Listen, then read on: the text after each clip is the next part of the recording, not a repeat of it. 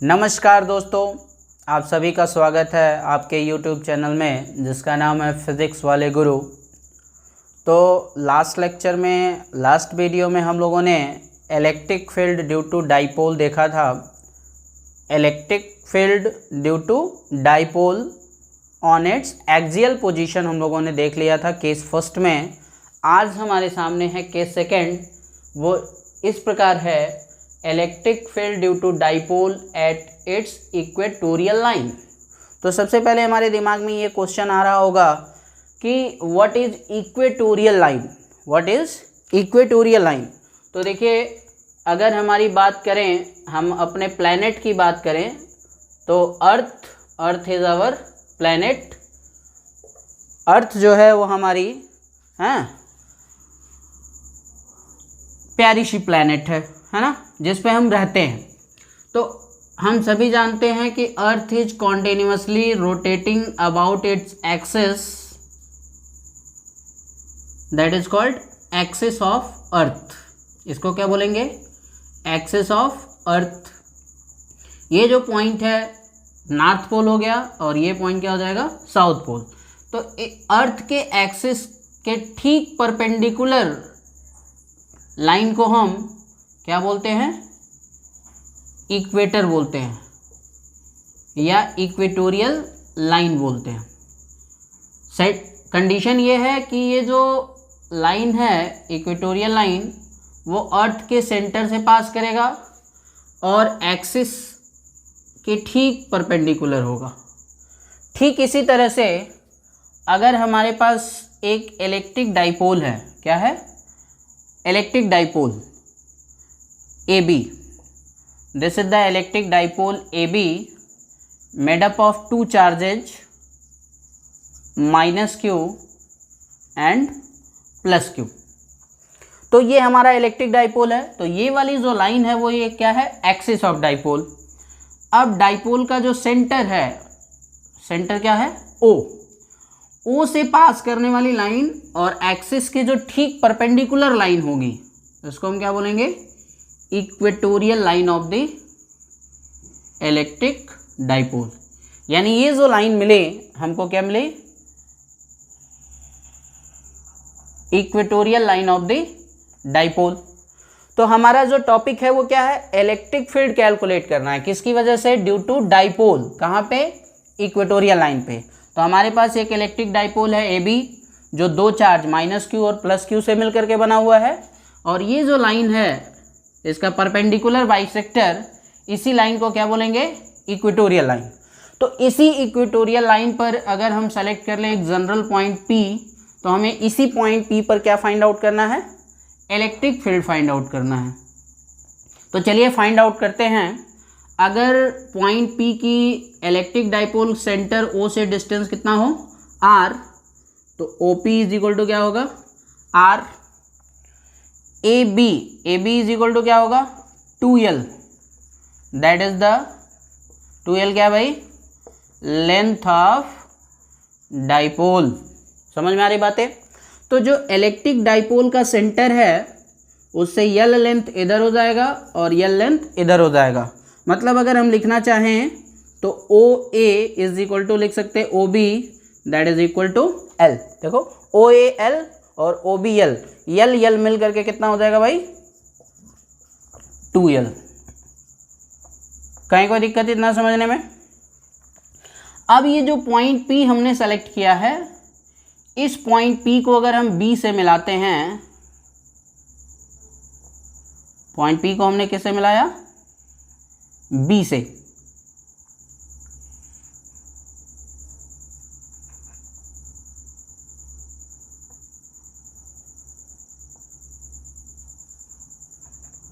ठीक है।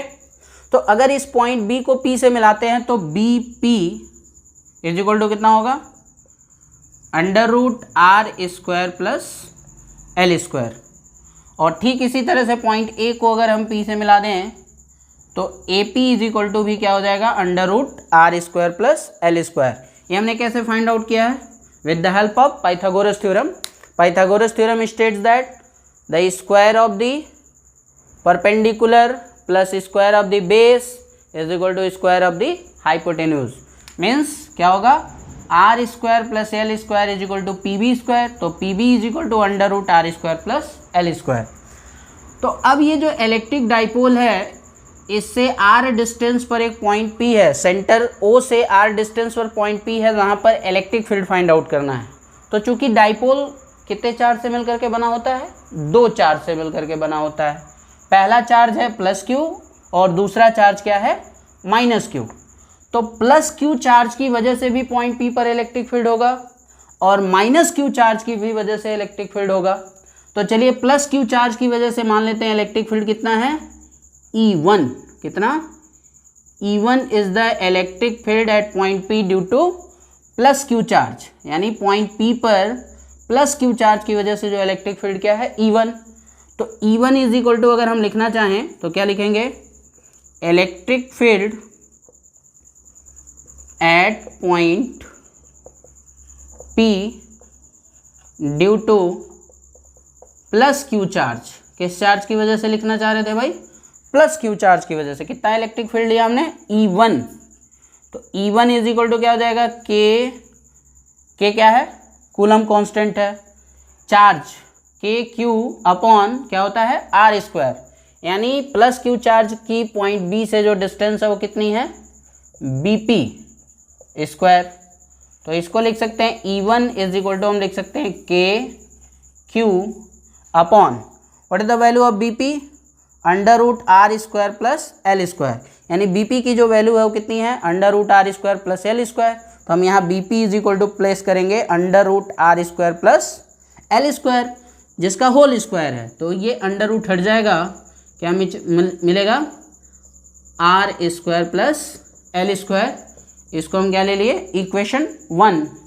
अच्छा, E1 का जो डायरेक्शन है वो किधर है, B से P की तरफ है, तो हमने यहाँ पे लिख दिया along BP, जो ये इंडिकेट कर रहा है कि इलेक्ट्रिक फील्ड E1 का जो डायरेक्शन है वो B से P की तरफ है। Similarly electric field at point P due to minus q charge, किसकी वजह से लिखना चाह रहे हैं, माइनस क्यू चार्ज की वजह से कितना इलेक्ट्रिक फील्ड होगा। देखिए ये जो माइनस क्यू चार्ज है वो पॉइंट P से कितने डिस्टेंस पर है, AP डिस्टेंस पर है। चूंकि ये माइनस क्यू चार्ज है तो इसकी वजह से जो इलेक्ट्रिक फील्ड होगा E1 वो चार्ज की ही तरफ होगा, E1 नहीं E2। तो E2 इज इक्वल टू हम लिख सकते हैं, क्या लिख सकते हैं, E2 इज इक्वल टू हम लिख सकते हैं K Q upon AP square. चलिए भाई, E2 is equal to k Q upon AP is equal to under root are square plus L square, तो इसका स्क्वायर हो जाएगा r square plus L square. Equation 2, what is the direction of E2 का direction जो है वो P से A की तरफ है, तो हम यहाँ लिख दे रहे हैं along PA। तो अभी तक हमने क्या काम किया, हमने एक इलेक्ट्रिक डाइपोल लिया AB, जिसका डिस्टेंस लेंथ कितना है, 2L। अब इस डाइपोल के मिड पॉइंट O से R डिस्टेंस पर एक पॉइंट P है, जो किस लाइन पे है, इक्वेटोरियल लाइन पे है। हमें इस पॉइंट P पर इलेक्ट्रिक फील्ड फाइंड आउट करना है। तो पॉइंट P पर इलेक्ट्रिक फील्ड फाइंड आउट करने के लिए हमने ये देखा कि ये जो डाइपोल है वो 2 चार्ज से मिलकर के बना हुआ है, एक माइनस क्यू और दूसरा प्लस क्यू। तो पॉइंट P पर प्लस क्यू चार्ज की वजह से इलेक्ट्रिक फील्ड E1 B से P की तरफ, जिसका मैग्नीट्यूड हमने इक्वेशन 1 में लिख लिया k Q upon are square plus L square. और माइनस क्यू चार्ज की वजह से इलेक्ट्रिक फील्ड कितना है, E2, जिसका डायरेक्शन किधर है, P से A की तरफ, यानी माइनस क्यू चार्ज की तरफ है, और इसका मैग्नीट्यूड लिखा गया k Q upon are square plus L square. मतलब कि पॉइंट P पर 2 इलेक्ट्रिक फील्ड वर्क कर रहे हैं, E1 और E2। लेकिन E1 और E2 का डायरेक्शन सेम नहीं है, E1 और E2 का डायरेक्शन सेम नहीं है। क्या सेम है, मैग्नीट्यूड सेम है। देखिए इक्वेशन 1 में E1 इज इक्वल टू लिखा हुआ k Q upon are square plus L square, और इक्वेशन 2 में लिखा हुआ है, क्या लिखा हुआ है इक्वेशन 2 में, k Q upon are square plus L square. इसका मतलब ये है कि E1 और E2 का मैग्नीट्यूड क्या है, सेम है, तो हम लिख सकते हैं from equations first and second it is clear that, क्या क्लियर है भाई, बिल्कुल क्लियर है कि E1 का जो मैग्नीट्यूड है वो E2 के मैग्नीट्यूड के इक्वल है। कहीं कोई दिक्कत, E1 is equal to E2। अच्छा, अब इस पॉइंट P पर जो इलेक्ट्रिक फील्ड मिला हुआ है उसको हम यहाँ ड्रॉ करें। ये हमारा पॉइंट P है, तो P से E1 इस डायरेक्शन में है E1, और ठीक इस डायरेक्शन में क्या है, यहीं पे E2। हमने क्या किया, हमने ये वाला जो डायग्राम है P से E1 इधर और E2 इधर, इसको यहाँ पे रिप्लेस कर लिया। अब अगर ये एंगल थीटा है तो ये वाला भी एंगल क्या होगा भाई, थीटा होगा, और अगर ये वाला एंगल थीटा है तो ये एंगल भी क्या होगा, थीटा होगा। कैसे होगा, ज्योमेट्री आप लोगों ने पढ़ा होगा। देखिए ये एंगल थीटा है तो ये भी थीटा होगा, क्यों, क्योंकि ये लाइन और ये लाइन एक दूसरे के पैरेलल हैं, और ये लाइन ट्रांसवर्सल जा रही है, क्या जा रही है, ट्रांसवर्सल लाइन जा रही है, तो अल्टरनेट इंटीरियर एंगल्स क्या होते हैं, इक्वल होते हैं। तो अगर ये एंगल थीटा है तो ये वाला भी एंगल क्या हो जाएगा, थीटा हो जाएगा। तो इस तरह से अगर हम यहाँ पे देखें तो E1 का जो इस डायरेक्शन में कंपोनेंट आएगा वो क्या आएगा, E1 cos थीटा, और ठीक इसके परपेंडिकुलर डायरेक्शन में क्या आएगा, E1 sin थीटा। कहीं कोई दिक्कत, और ये एंगल अगर थीटा है तो E2 का इस डायरेक्शन में कंपोनेंट क्या मिलेगा, E2 cos थीटा, और ठीक इसके परपेंडिकुलर डायरेक्शन में क्या मिलेगा, E2 sin थीटा। मतलब कि पॉइंट P पर जो दो इलेक्ट्रिक फील्ड वर्क कर रहे थे E1 और E2, दोनों को रिजॉल्व कर दिया गया। क्या कर दिया गया, रिजॉल्व। तो इनकी रिजोल्यूशन से जो इनके दो कंपोनेंट मिले, रेक्टेंगुलर कंपोनेंट, वो मिले E1 cos theta, E1 sin theta, और ठीक E2 का भी जो कंपोनेंट मिला, रेक्टेंगुलर कंपोनेंट, वो क्या मिला, E2 sin थीटा और E2 cos थीटा। अब इस डायग्राम से ये क्लियर है कि E1 sin थीटा और E2 sin थीटा दोनों एक दूसरे के अपोजिट हैं। E1 अपवर्ड डायरेक्शन में है और E2 डाउनवर्ड डायरेक्शन में है। E1 E2 दोनों सेम हैं, तो E1 sin theta and E2 sin theta are equal and opposite, hence they cancel each other. दोनों का काम तमाम हो गया। E1 sin थीटा ने E2 sin थीटा को कैंसिल कर दिया, या यूं कहो E2 sin थीटा ने E1 sin थीटा को कैंसिल कर दिया। क्यों कैंसिल कर दिया, क्योंकि दोनों एक दूसरे के इक्वल और अपोजिट हैं। तो इस तरह से पॉइंट P पर जो हमको इलेक्ट्रिक फील्ड मिल रहा है वो क्या मिल रहा है, E1 cos थीटा और E2 cos थीटा, दोनों सेम डायरेक्शन में है। तो पॉइंट P पर जो रिजल्टेंट इलेक्ट्रिक फील्ड होगा वो क्या होगा, E1 cos theta plus E2 cos theta. तो इसी बात को लिखेंगे, therefore resultant electric field at point P due to dipole, क्योंकि डाइपोल में दो चार्ज थे, प्लस Q और माइनस Q, तो प्लस Q की वजह से इलेक्ट्रिक फील्ड लिखा E1, माइनस Q की वजह से लिखा E2। E1 और E2 का जो रिजल्टेंट आ रहा है वो क्या होगा, पूरे डाइपोल की वजह से पॉइंट P पर फील्ड होगा। तो वही हम लिख रहे हैं, क्या लिख रहे हैं, resultant electric field at point P due to dipole, E is equal to क्या हो जाएगा भाई, E1 cos थीटा, बोलो बोलो, E1 cos थीटा, और ठीक उसी डायरेक्शन में कौन है, E2 cos थीटा, तो दोनों ऐड हो जाएंगे, E1 cos theta plus E2 cos theta. आइए वैल्यू पुट करते हैं। E1 की वैल्यू कितनी है, इक्वेशन 1 से दिखेगा, कितना, K Q upon R square plus L square cos theta plus E2 cos theta. तो what is the value of E2, equation second से लिखेंगे, K Q upon R square plus L square cos theta. अब भाई ध्यान से देखेंगे, ये जो फर्स्ट टर्म है और ये सेकेंड टर्म है, दोनों सेम है। K Q upon are square plus L square cos theta, K Q upon are square plus L square cos theta. यानी एक हाथी और दूसरी हाथी, तो भाई एक हाथी और दूसरी हाथी मिलकर कितनी होंगी, 2 हाथी। 1 elephant plus another elephant that is 2 elephant. तो यानी ये पूरा जो फर्स्ट टर्म है वो कितनी बार लिख लिया जाए, 2 टाइम्स कर दिया जाए। तो 2kq upon are square plus L square cos theta, हमने 2 टाइम्स कर दिया। This term plus this term is equal to 2 times of this term.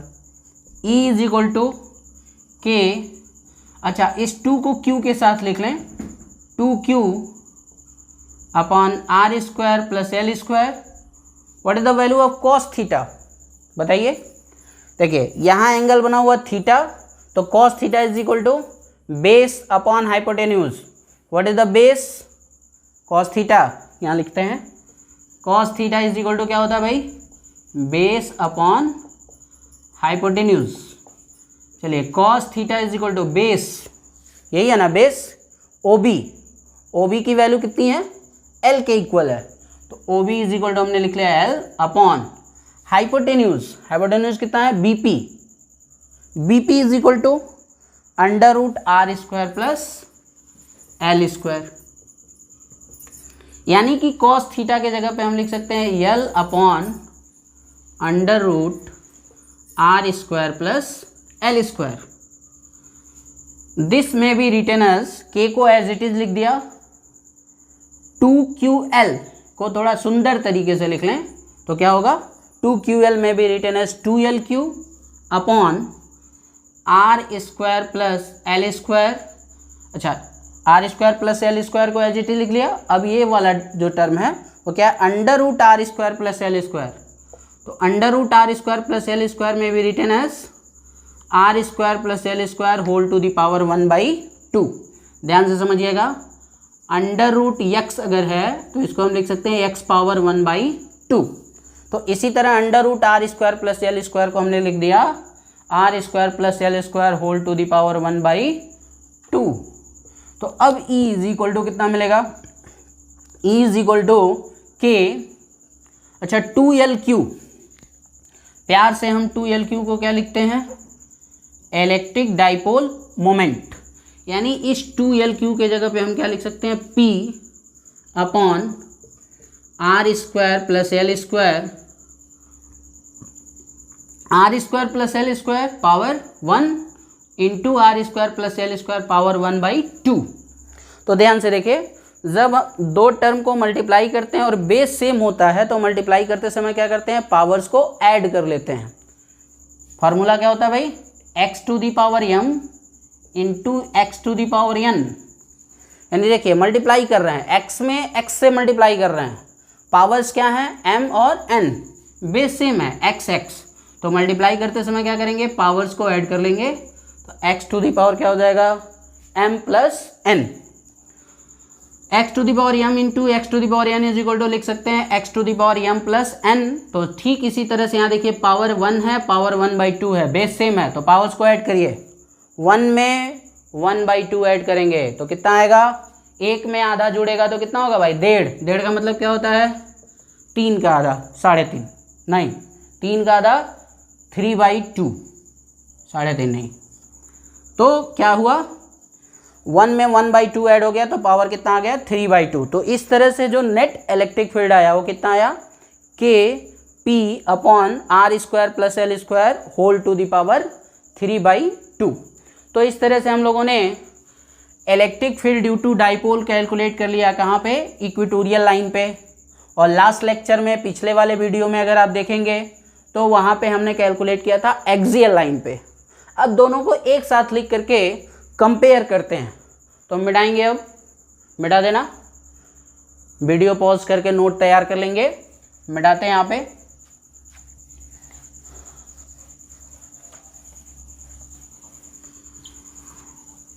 तो electric field due to dipole on its axis, कितना आया था एक्सप्रेशन, याद होगा आपको, नहीं याद है, अच्छी बात है, नहीं याद है तो दोबारा याद कर लेंगे।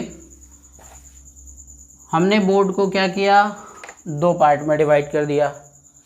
इधर electric field due to dipole, ये हो गया electric field due to dipole, कहाँ पे, एक्सियल लाइन पे, that is at axis, at ना लिखे ऑन एक्सिस लिख दे तो ज़्यादा सही रहेगा, और फिर किस पे, इक्वेटोरियल लाइन पे, है ना बड़े दे। तो एक्सियल लाइन, जैसे मान लीजिए ये इलेक्ट्रिक डाइपोल है ए बी, जो दो चार्ज से मिलकर के बना हुआ है, माइनस क्यू और प्लस क्यू चार्ज से मिलकर के बना हुआ है।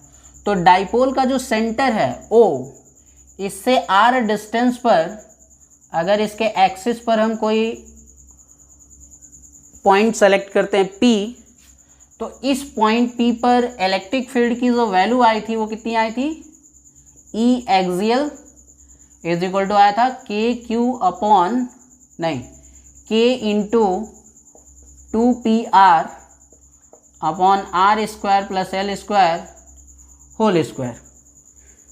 ठीक इसी तरह से अगर हमारे पास एक इलेक्ट्रिक डाइपोल है ए बी, जिसके दो चार्ज हैं माइनस क्यू और प्लस क्यू, तो इसके सेंटर ओ से इसके इक्वेटोरियल रीजन पे आर डिस्टेंस पर अगर कोई पॉइंट पी है, तो इस पॉइंट पर इलेक्ट्रिक फील्ड कितना आया था, ई इक्वेटोरियल आया अभी भी के इंटू पी अपॉन क्या लिख सकते हैं, R square plus L square whole to the power 3/2। अच्छा, इस के को अगर हम लिखें तो E axial is equal to K की जगह पे हम क्या लिख सकते हैं, 1/4πε0। के की वैल्यू प्लेस कर दी, के कूलम कांस्टेंट है जिसकी वैल्यू होती है 1/4πε0 2πr upon are square plus L square whole to the power 2। ठीक है, इसी तरह से अगर ई इक्वेटोरियल लिखना चाहें तो के की वैल्यू रिप्लेस कर दें, K is equal to 1/4πε0 p/r square plus L square whole to the power 3/2।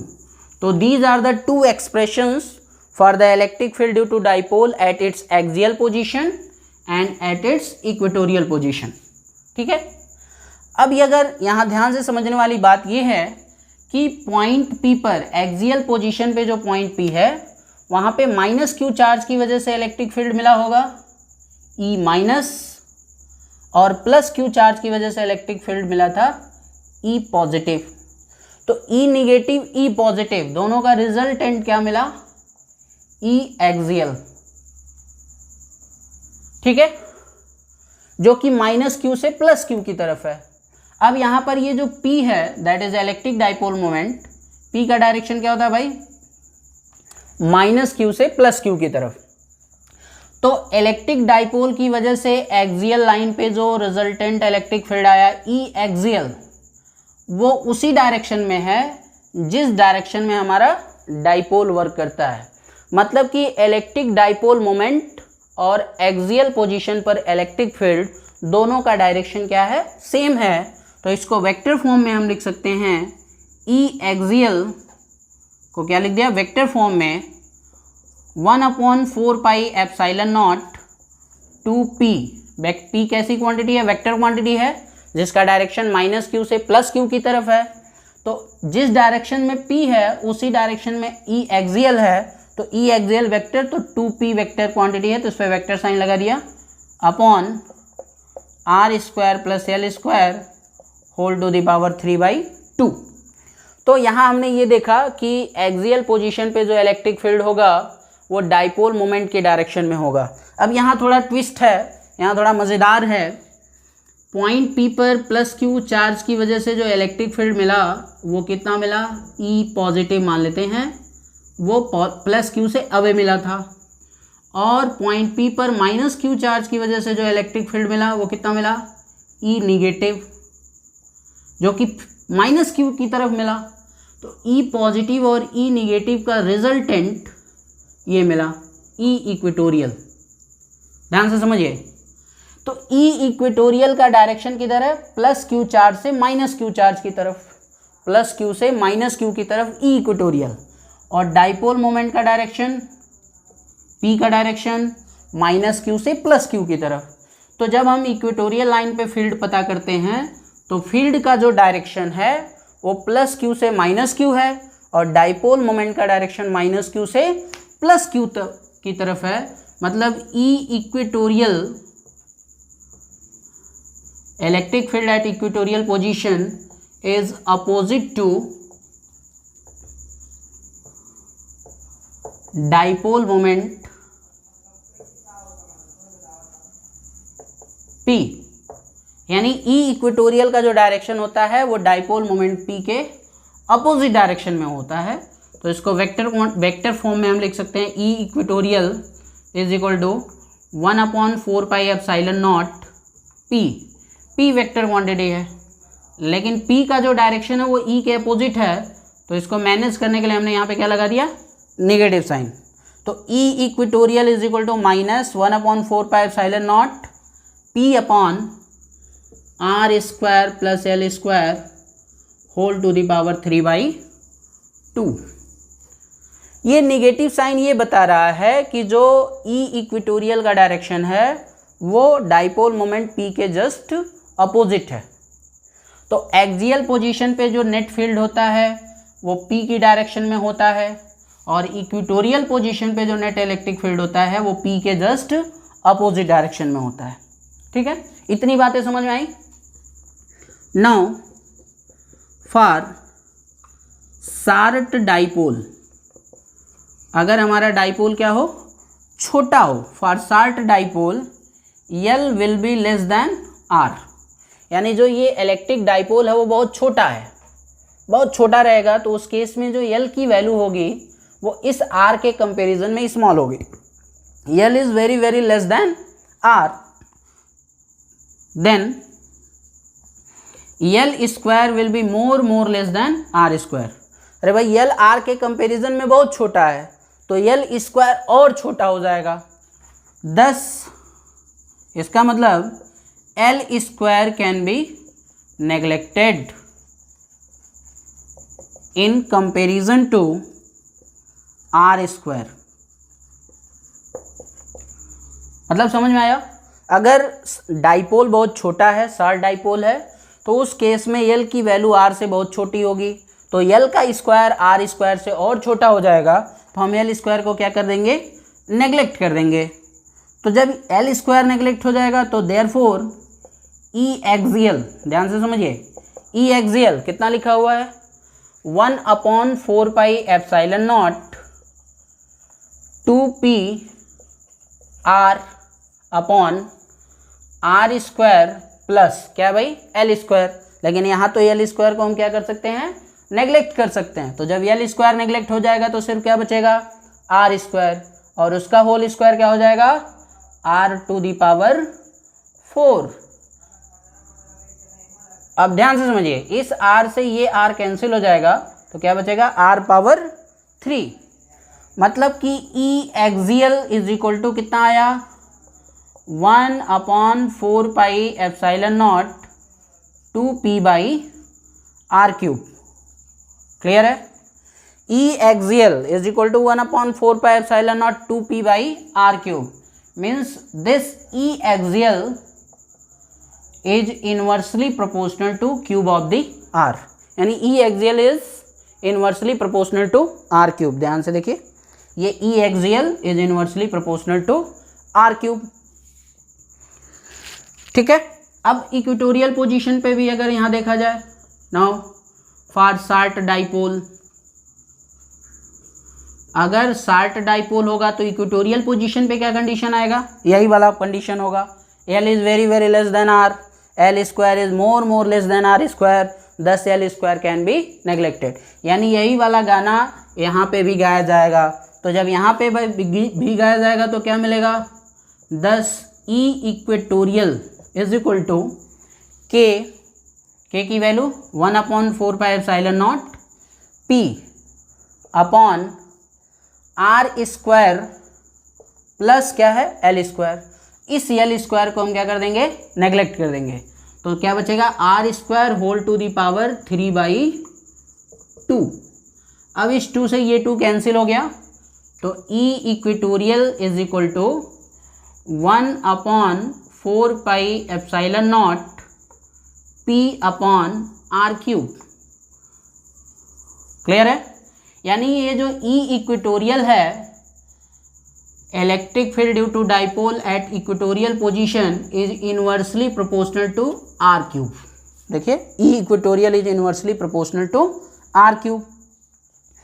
अब इस ई इक्वेटोरियल में अगर हम 2 से मल्टीप्लाई कर दें तो 2 into E equatorial is equal to क्या हो जाएगा, 2p upon 4πε0 R cube.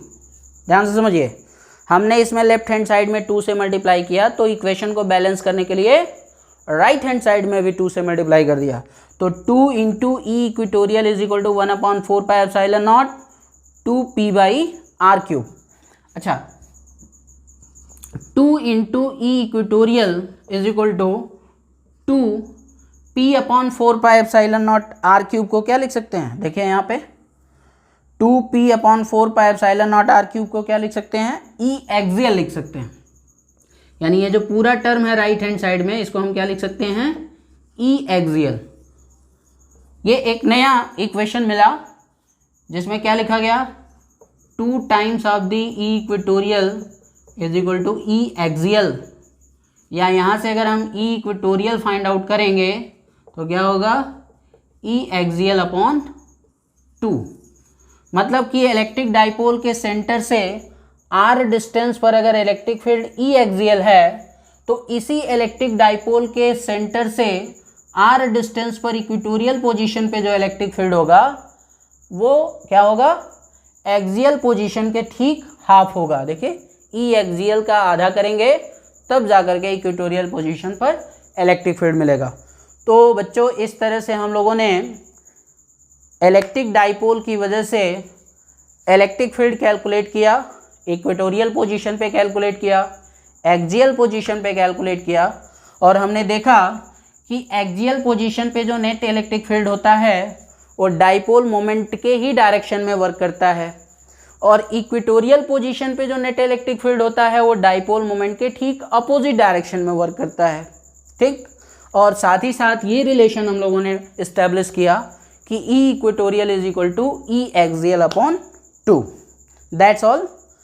Next lecture में हम लोग पढ़ेंगे कि अगर किसी भी इलेक्ट्रिक डाइपोल को एक्सटर्नल इलेक्ट्रिक फील्ड में प्लेस किया जाए तो उस पर क्या इफेक्ट पड़ेगा, what will be the effect on electric dipole when it is going to placed in an external field, either it is uniform or non-uniform. So in next lecture we are going to discuss what? We are going to discuss that what is the effect on electric dipole when it is placed in an external field. Wait for that video.